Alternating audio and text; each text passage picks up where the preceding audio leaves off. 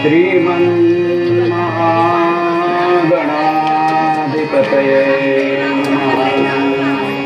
श्री सरस्वत्यै नमः। श्री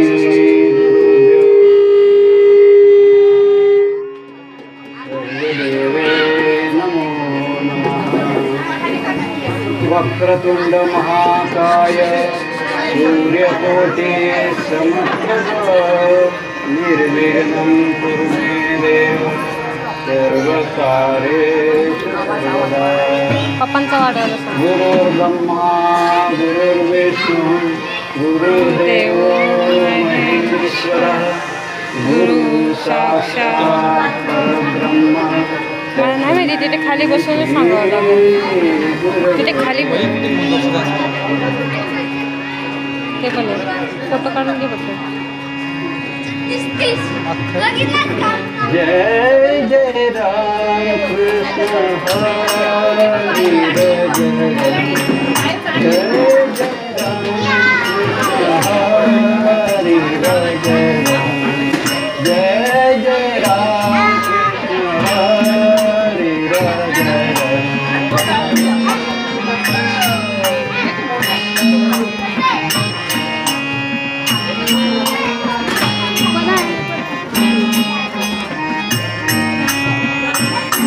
नीरदशम नवनीत प्रिय नवनीरदशम नवनीत प्रिय नवल विनोद विहारी राजन नवल विनोद विहारी राजा राम कृष्ण हरि जय जय राम राजा राम कृष्ण हरि जय जय राम।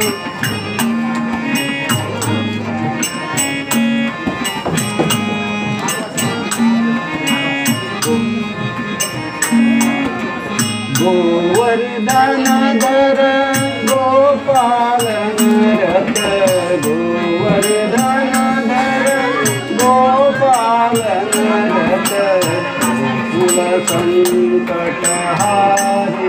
राजा कुल संकटहारी राजा जय जय राम कृष्ण हरि राजा जय जय राम कृष्ण हरि राजा।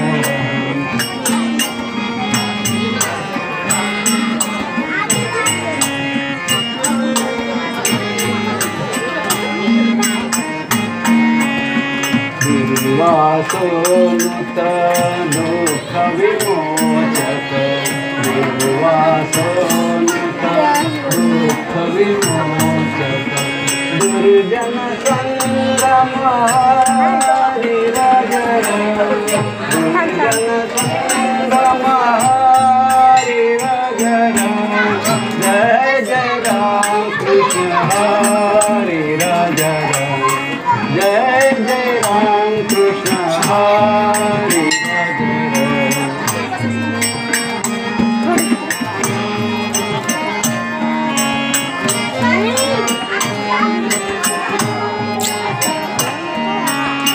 शरणागत दीना शरणी शरणागत दीना शरणी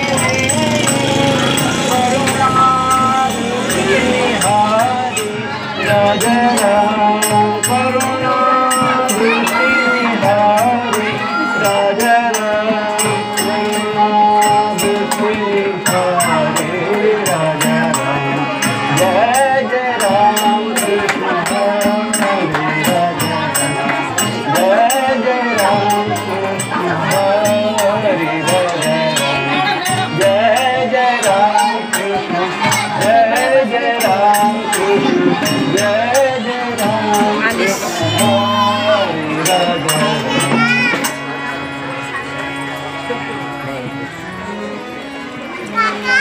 बाळकृष्ण चरणी लक्ष लागो लागो बाळकृष्ण चरणी लक्ष लागो बाळकृष्ण चरणी लक्ष लागो लागो बाळकृष्ण चरणी लक्ष लागो कीर्तन संगे रंगात देह वाहो वाहो कीर्तन संगे रंगात देह वाहो वाहो बाळकृष्ण चरणी लक्ष लागो लागो बाळकृष्ण चरणी लक्ष लागो लागो बाळकृष्ण चरणी लक्ष लागो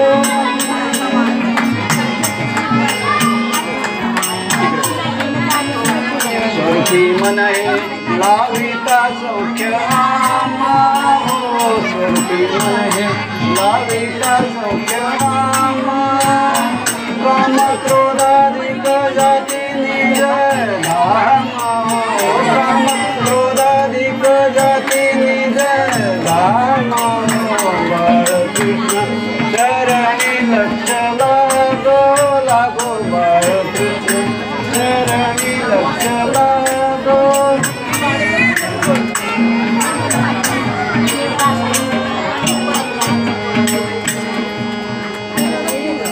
सार वदविता सद्गुराया सार वदविता सद्गुराया जीवन नरहरी पाया मंगलधाम जीवन नरहरी पाया बाळकृष्ण चरणी लक्ष लागो लागो बाळकृष्ण चरणी लक्ष लागो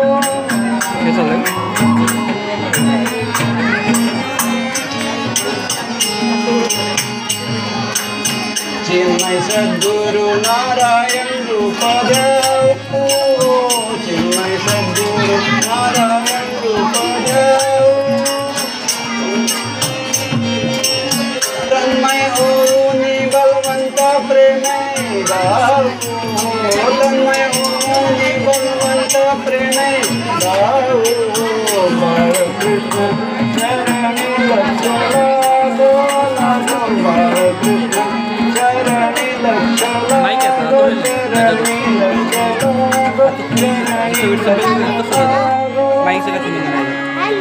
राम राम राम राम राजा राम सीताराम राम राम राम राम राजा राम सीताराम राम राम राम राम राजा राम सीताराम राम राम राम राम राजा राम सीताराम राम राम राजा राम सीताराम राजा राम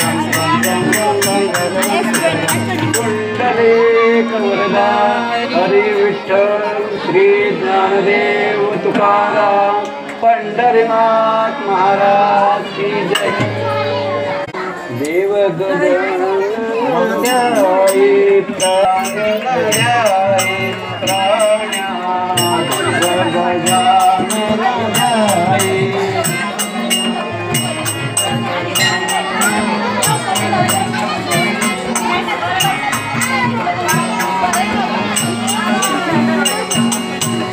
जाती पाहता भवश्रम गेला जाती पाहता भवश्रम गेला ते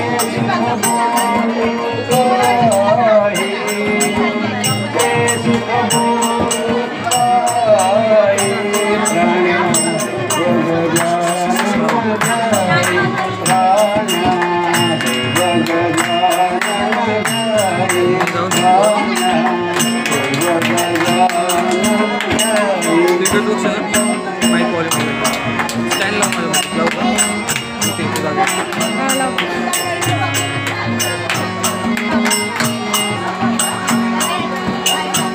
स्मरता मग संकट कैसे जो स्मरता मग संकट कैसे नाम तयाचे गाई नाम तयाचे गाई गजानन जाय प्राण्या गजानन जाय प्राण्या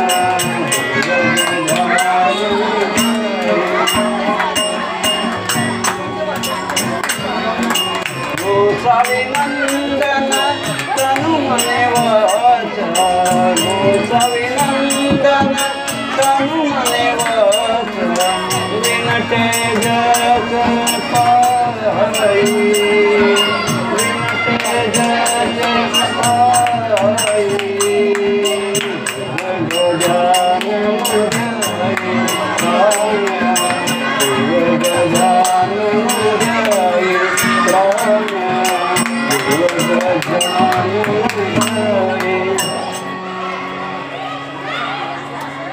देव गजानन ध्याये प्राण्या देव गजानन ध्याये ज्यासी पाहता भवश्रम गेला ते सुख बोलू काय प्राण्या देव गजानन ध्याये जो स्मरता मग संकट कैचे नाम तयाचे घे प्राण्या देव गजानन ध्याये गोसावी नंदन तन मने वाचा विनटे ज्याच्या पायी प्राण्या देव गजानन ध्याये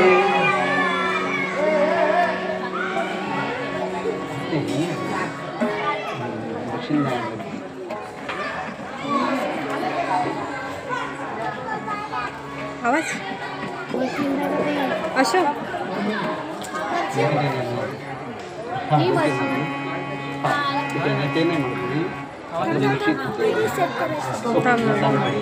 अरे मशीन माईक नाही स्टँड अरे ती छोटी मशीन आज जो आपण निरूपणासाठी अभंग घेतलेला आहे तो संत गोसावीनंदन फोन स्टँड यांचा. गोसावीनंदन हे तंजावर मध्ये राहणारे ते थोर गणेश भक्त होते. त्यांची गणेश भक्ती इतकी मोठी होती की त्यांना गणेशाचं सगुण रूपातील दर्शन सुद्धा त्यांनी ज्ञानमोदक नावाचा खूप मोठा भक्तिपर ग्रंथ लिहिलेला आहे. किती वेळ झाला?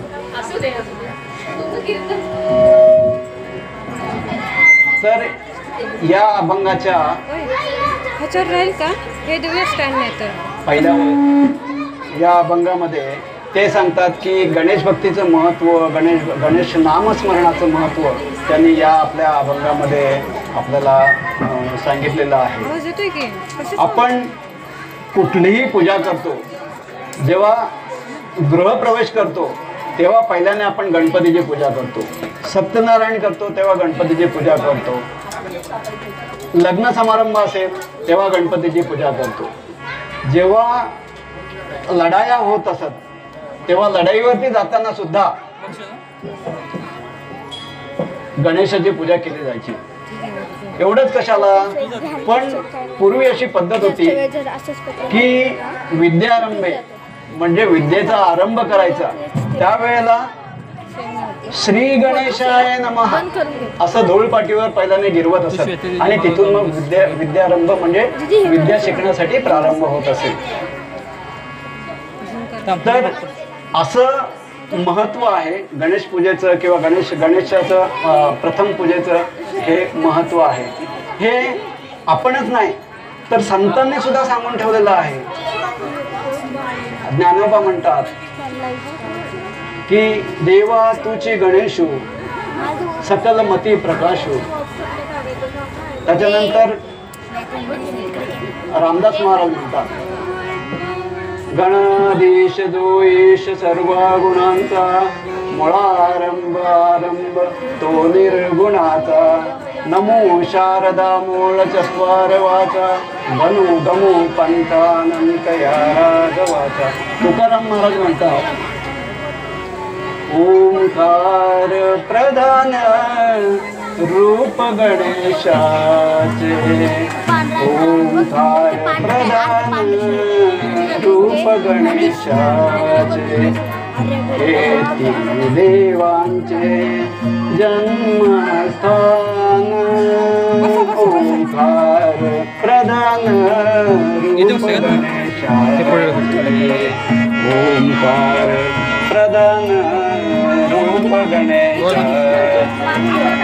अशा प्रकारे वेगवेगळ्या संतांनी त्यांची ग्रंथ निर्मिती करताना किंवा ग्रंथ निर्मितीला सुरुवात करताना प्रत्येक वेळेला गणेशाचं ध्यान केलेलं आहे, गणेशाचं स्मरण केलेलं आहे. तर आजचा जो अभंग आहे देव गजानन ध्यायी प्राण्या देव गजानन ध्यायी, याच्यामध्ये ध्यायीचा अर्थ असा आहे, ध्यायी या शब्दाचा अर्थ आहे की गणेशाचं ध्यान करणं. आणि ध्यायी देव गजानन ध्यायी प्राण्या देव गजानन ध्यायी. मग ते प्राण्या का म्हटलं आहे?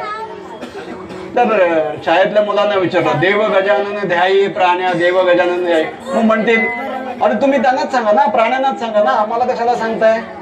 पण आपण सगळे सुजाण आहात, सज्ञान आहात, त्याच्यामुळे देव गजानन ध्यायी प्राण्या हा शब्द हा आपल्यासाठी आलेला आहे, माणसांसाठी आलेला आहे, हे आपण सगळेजण जाणतात. तर माणूस आणि प्राणी याच्यामध्ये फरक काय आहे? काहीच फरक नाही आहे. जर माणूस जर परमेश्वराचं ध्यान करत असेल तरच तो फक्त प्राण्यांच्या पेक्षा वेगळा. कारण आणि जर माणसाला या प्राणी या संज्ञेतून मुक्त व्हायचं असेल तर त्याने काय करायला पाहिजे? देवाचं नाव घ्यायला पाहिजे, गजाननाचं नाव घ्यायला पाहिजे आणि आपला मार्ग देवत्वाकडे वळवला पाहिजे, असं त्यांना या अभंगातून सांगायचं आहे. तर मग आपण बघितलं तर गणपतीची नावं किती आहेत? गणपतीची नावं किती आहेत? 12 नावं आहेत, बरोबर आहेत. मग 12 नावं कुणाला येतात? कुणाला येतात का? प्रथम नाव वक्रतुंड, दुसरे एकदंत ते, तिसरे कृष्ण पिंगाक्ष, चौथे गजवक्रते, पाचवे श्री लंबोदर, सहावे विकटनामते, सातवे विघ्न राजेंद्र, आठवे धूम्रवर्णते, नववे श्री बालचंद्र, 10वे श्री विनायक, 11वे श्री गजानन. या 12 नावांच्या मध्ये त्यांना अभंग लिहिताना किंवा हे पद लिहिताना बाकीचं कुठलंही नाव चाललं असतं. बाकीचं या 12 नावातलं कुठलंही नाव चाललं असतं, पण त्यांनी गजाननचं असं नाव का घेतलं हो? काहीतरी कारण असलं पाहिजे. गजानन नाव घेण्यामागे काहीतरी कारण असलं पाहिजे. आपण बघा, जेव्हा संत एखादा अभंग लिहितात किंवा पद लिहितात तेव्हा त्याच्यामध्ये येणारा प्रत्येक शब्द हा आवश्यक असलेलाच शब्द असतो. तिथे अगदी जरी एकाक्षरी शब्द असला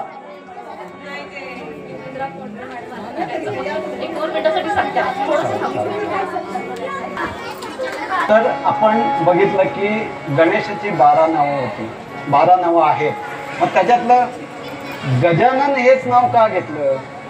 त्याच्या पाठीमागे काहीतरी कारण असेल, म्हणून गजानन हे नाव घेतलं. तर आपल्याला ती गणेशाची कथा माहिती आहे की पार्वतीने मळाचा गणपती बनवला, त्याच्यानंतर त्याला जिवंत केला आणि त्याला दरवाजावर ठेवलं आणि ती स्नानाला गेली.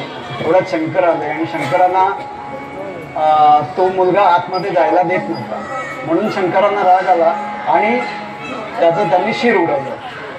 ही गोष्ट आपल्याला माहिती आहे. म्हणून तेव्हापासून गजानन हे नाव प्राप्त झालं. कारण गजाचं आनंद म्हणजे गजाचं मुख त्याला लावलं आणि त्याला जिवंत केलं. पण या अभंगामध्ये जेव्हा ते गजानन म्हणतात तेव्हा त्याला वेगळी कारण आहे. कारण ते जर गजाचं मस्तक घेतलं तर त्याच्यामध्ये काही वैशिष्ट्य आहेत. तर त्याच्यातलं पहिलं वैशिष्ट्य आहे की त्याचं ते मस्तक, गजाचं मस्तक, त्याच्यामध्ये प्रचंड ताकद असते. तर जेव्हा पूर्वी लढाईला जात तेव्हा सैन्यामध्ये एक गजदळ म्हणून वेगळा विभाग असायचा. जसं घोडदळ पायदळ असायचे तसा गजदळ म्हणून वेगळा विभाग असायचा. त्या विभागामध्ये हत्तींची भरती व्हायची. पण ते कशासाठी व्हायचे की शत्रूच्या किल्ल्याचा दरवाजा जो भरभक्कम असतो त्याला खिळे लावलेले असतात, त्याच्यामुळे माणसं तो तोडू शकत नाही.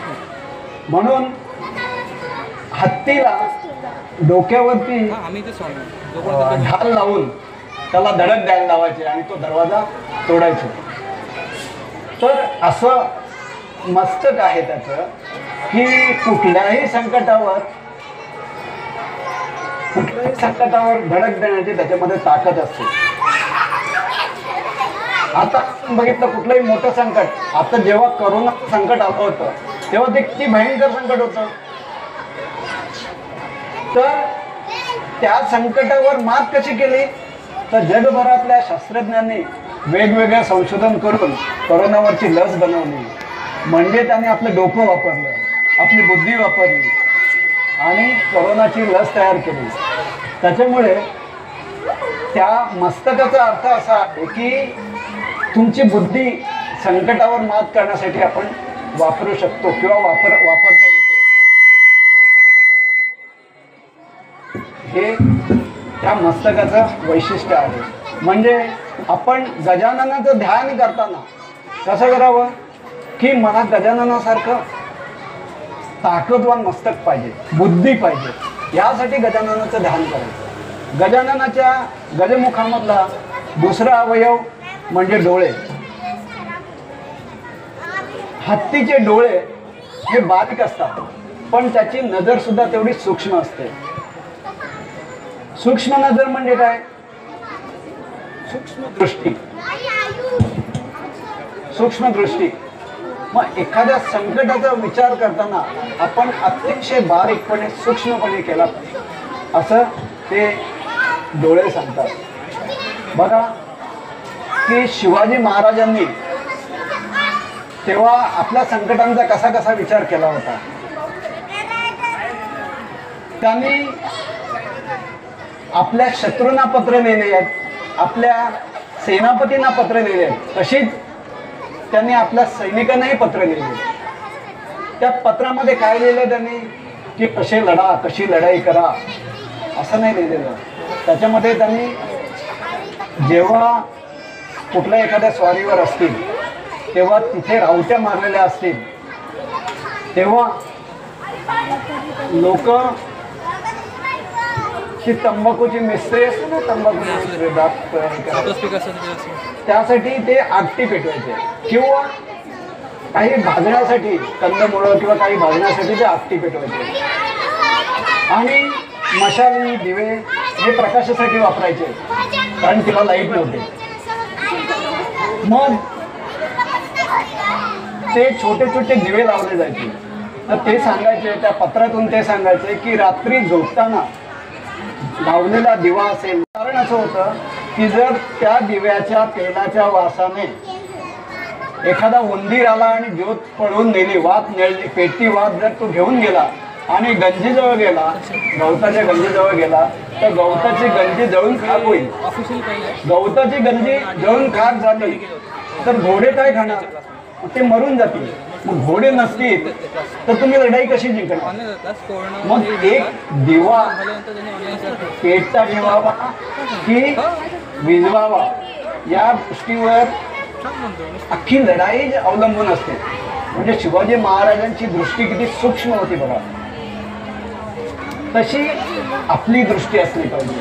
आता जेव्हा आपल्याकडे इंटेरियर डेकोरेटर येतात बऱ्याच लोकांच्याकडे, तेव्हा बरेचसे घरातले डिटेल्स मागतात. ते इथे काय पाहिजे, इथे काय पाहिजे. आपल्याला कधी ते कळत पण नाही की ते काय, म्हणजे हे काय असतं का म्हणून, पण तरी पण ते मागतात. म्हणजे ते किती बारीक अभ्यास करतात ते बघा. मग हा जो बारीक दृष्टी किंवा सूक्ष्म दृष्टी आहे, हा गुण त्याच्या डोळ्यातून घेतला आहे. त्याच्यानंतरचा अवयव आहे त्याची सोंड. हत्तीची सोंड ही एक लवचिकतेचं प्रमाण आहे. लवचिकता म्हणजे काय, ती कधी सरळ होते, कधी वाकडी होते. आणि त्या हत्तीच्या सोंडेमध्ये एवढी प्रचंड ताकद असते की मोठे मोठे ओंडके सुद्धा ती हत्ती त्याने ओढून देतो. पण एखादी छोटी सुई जरी असली तरी ती सुई उचलताना तो सोंडेचा पुढचा भाग जो पाणीदार असतो तो लावतो त्या सोंडेला आणि सोंड उचलतो. याचा अर्थ की माझ्या अंगामध्ये, माझ्या शरीरामध्ये एवढी ताकद यावी, एवढं सामर्थ्य यावं की मला कुठलंही मोठं काम करता आलं पाहिजे. पण त्याचबरोबर जर छोटं काम करायची वेळ आली तर मला छोटंही काम करता आलं पाहिजे. हा त्या सोंडेचा हे आपल्याला ती सोंड शिकवते. त्याच्यानंतरचा अवयव येतो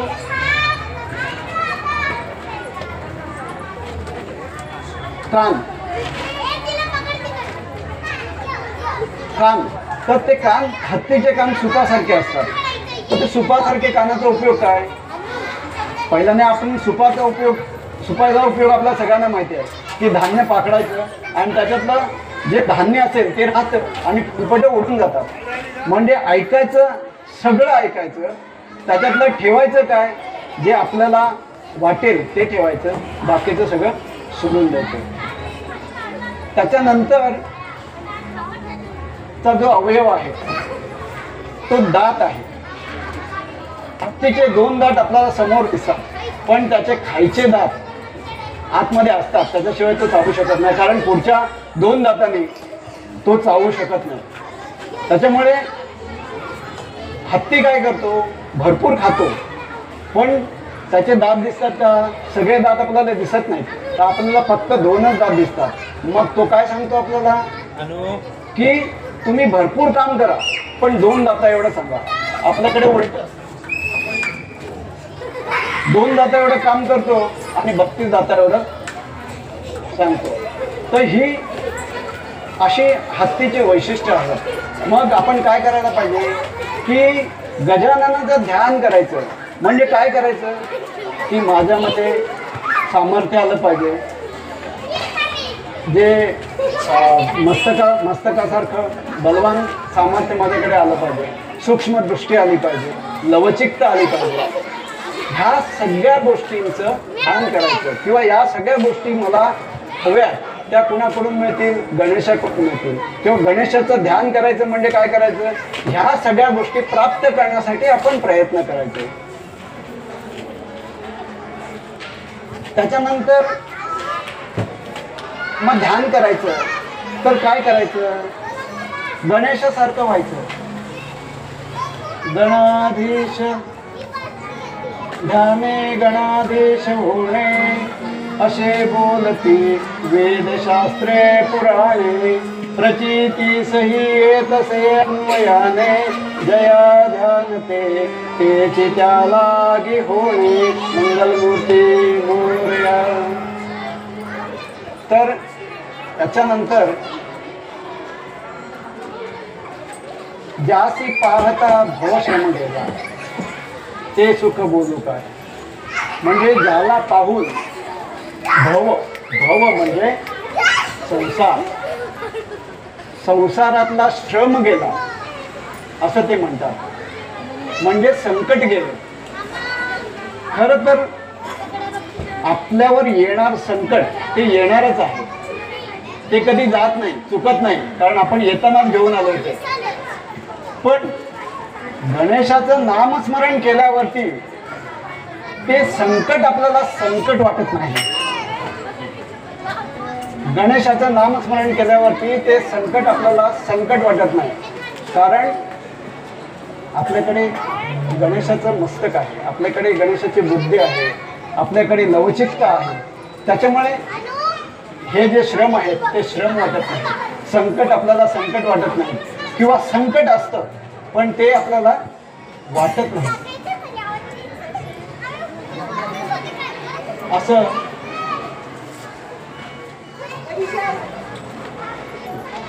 गोसावी नंदन आपल्याला सांगतात.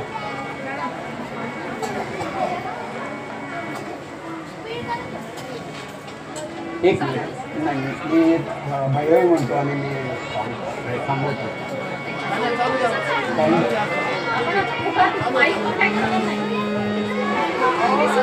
डिस्टर्ब होतो मला.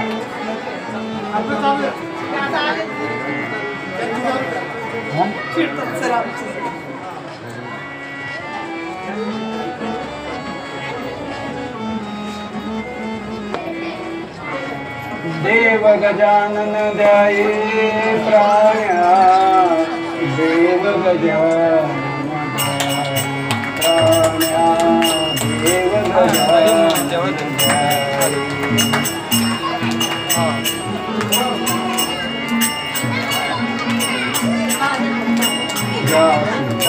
होता भवश्रम गेला, ते सुख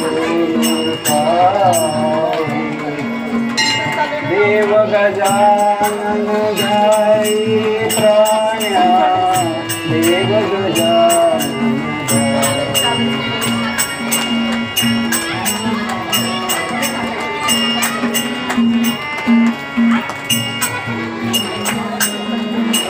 जो स्मरता मग संकट कैचे जो स्मरता मग संकट कैचे नाम याचे गाई देव गजानन प्राण देव गजानन गोसाविनंदन तनु मन वाचा गोसाविनंदन तनु मन वाचा विनते जचा पाई प्राण विनते जचा पाई देव गजानन प्राण देव गजानन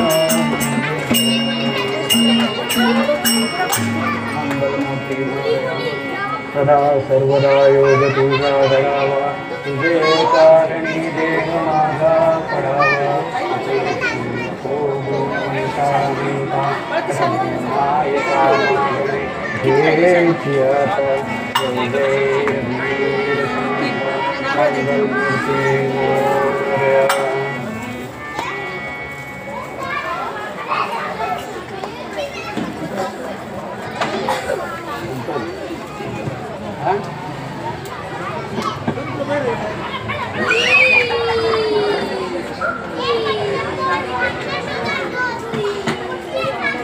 काय करणार